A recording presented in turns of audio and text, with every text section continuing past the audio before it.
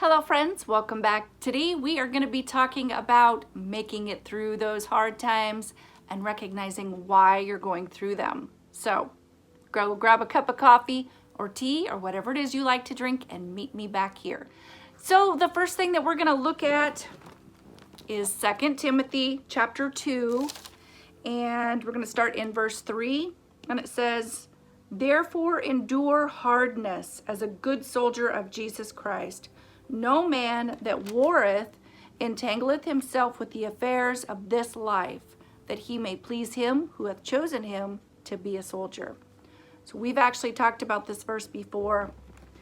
We are soldiers. We're in a spiritual battle. The Lord told us in his word, we're not wrestling against flesh and blood, but principalities and spiritual wickedness in high places and all of that other yucky spiritual talk that I know people, not everybody likes to hear or think that those things happen, but why things happen and counting that as a good thing. How many of you have a loved one who is serving as a soldier? When they first go in, they come back a different person. They're tougher. They're more focused. There's actually a creed that they say, and I've pulled it up here. This is the Soldier's Creed. "I am an American soldier. I am a warrior and a member of a team. I serve the people of the United States and live the Army values. I will always place the mission first. I will never accept defeat. I will never quit. I will never leave a fallen comrade. I am disciplined, physically and mentally tough, trained and proficient in my warrior tasks and drills. I always maintain my arms, my equipment, and myself. I am an expert and I am a professional. I stand ready to deploy, engage, and destroy the enemies of the United States of America in close combat. I am a guardian of freedom and the American way of life. I am an American soldier." I think it's hard for some people to distinguish living a good life because they view, if you're a Christian, you're blessed. And we are blessed. But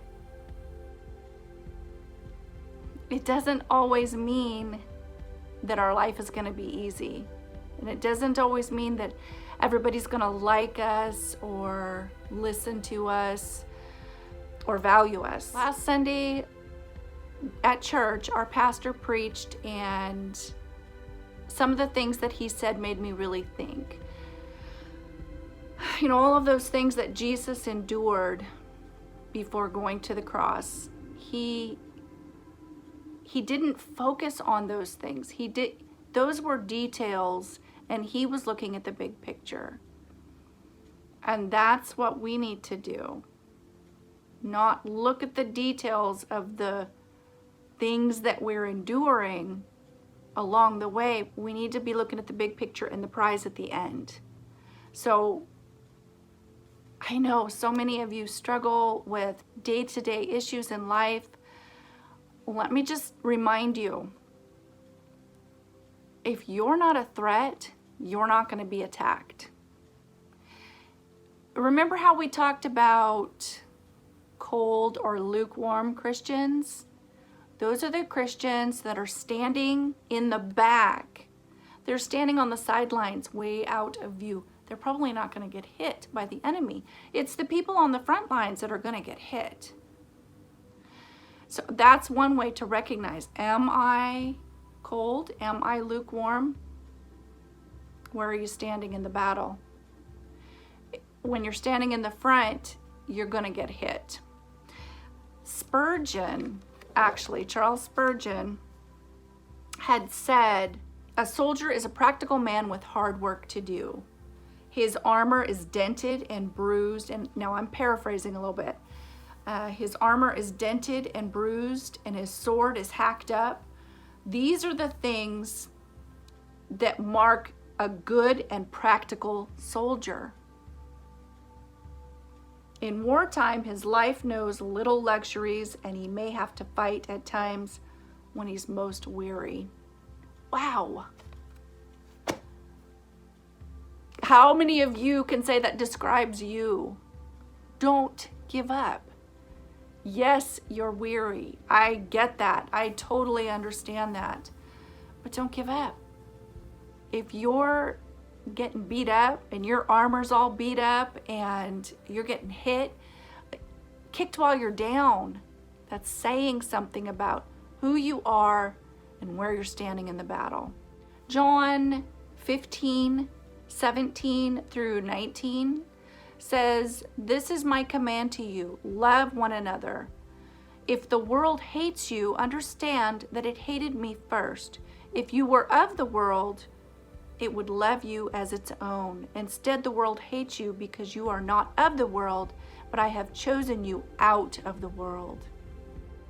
We need to be reminded of that when things aren't going great. And I almost think it's like a tactic of the enemy to kind of throw it in your face that, well, if you were really a child of God, life might be easier and you're just covered in blessings and everything's great and happy and peaceful and skipping through the daisies with butterflies all around.